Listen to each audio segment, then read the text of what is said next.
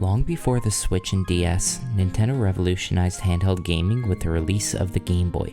Compared to today's standards, playing Tetris on the go might not seem like anything special, but it's important to remember that at this time, this is what cell phones look like.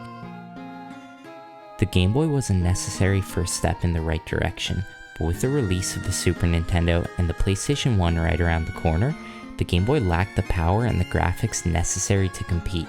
That is, until 1998 when the Game Boy Color was released. Like the name states, this was Nintendo's first handheld console that features a color screen, but the color wasn't just in the display. Nintendo also absolutely nailed the marketing on this one by using each letter in the word color to represent a different color the console was available in. Now, I was just a kid when my dad bought my brother and I our own Game Boy consoles, but the teal Game Boy wasn't the most colorful thing about that morning. Instead, it was the lone gold cartridge that stood out among the others. My first Pokémon game and my first real RPG was Pokémon Gold. Pokémon Gold and Silver built on the strong foundation laid by Pokémon Red and Blue a few years prior. And while it's not easy or common for a sequel to surpass such a highly regarded predecessor, it is safe to say that Gold and Silver did that and then some.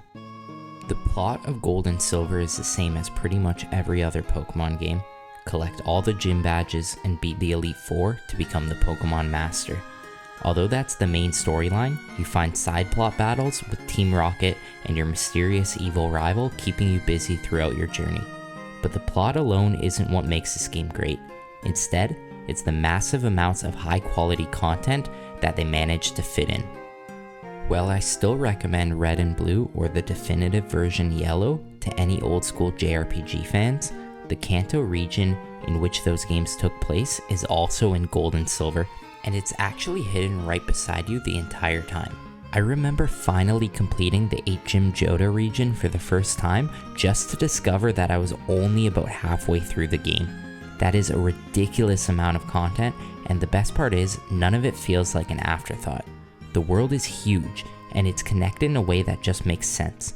A quick Google search will tell you that the games take around 30 hours to complete, but I'll tell you right now that it will take you a lot longer if you're not in a rush. I'm pretty sure I spent over 70 hours on my first run through, and while that could have something to do with me being so young at the time, I honestly think it's because the game does such a good job of keeping you curious and encouraging you to explore. The ridiculous amount of content isn't just the two large regions, it's also the sheer amount of Pokemon. Gold and Silver introduced 100 new Pokemon species to the already existing 151 from the previous games.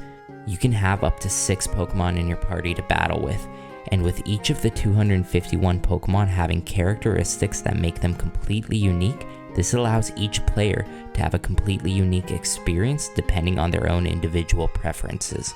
On top of all of this, every NPC has unique dialogue and you can enter pretty much any building you see, which allows you to have so much freedom of exploration.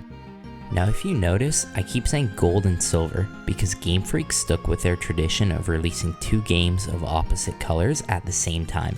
These games are almost identical with slight differences, like each version having a few exclusive Pokemon. In order to complete your Pokédex, you either have to have 2 consoles and both versions of the game, or trade with a friend who has the other one using a Game Boy Link cable. This may seem like a money grab, but it's part of what gives Pokemon games their unique identity.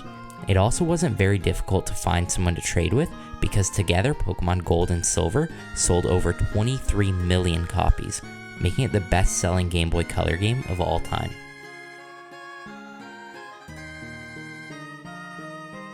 The large amount of satisfying content in conjunction with the era these games were released in can be attributed to the overall success and legacy of Pokemon Gold and Silver.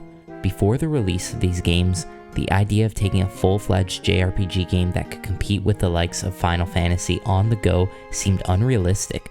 Game Freak really opened up the doors and showed what was possible in the realm of portable gaming, and this led to Nintendo ultimately selling over 100 million Game Boy consoles. In 2010, Nintendo and Game Freak released remakes of both titles for the DS.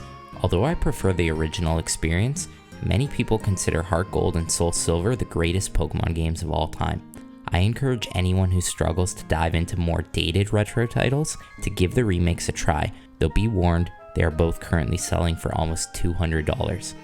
The definitive version of the original Game Boy Color versions, titled Pokémon Crystal, is another great way to experience these games. On top of the updated colors and animations, Crystal allowed you to play as a boy or a girl for the first time in a Pokémon game, which really removed the barriers to entry for many, allowing you to get the full RPG immersion regardless of your gender. This is something that every mainline Pokémon game has done since, and it was a great step in creating an inclusive game. Gold and Silver hold a special place in the hearts of many gamers, and with good reason. They can be credited for sparking my lifelong love of turn-based JRPG games. This brings us to the question, what happened to the Pokémon games? Well, I've been playing a lot of Scarlet and Violet recently, and despite the bugs, I've really been enjoying myself with them, though they don't quite capture the magic the same way Gold and Silver once did. Still, I believe they are a necessary entry into true modern gaming for the Pokémon franchise, and I hope one day Game Freak can make another more refined masterpiece using the experience gained from them.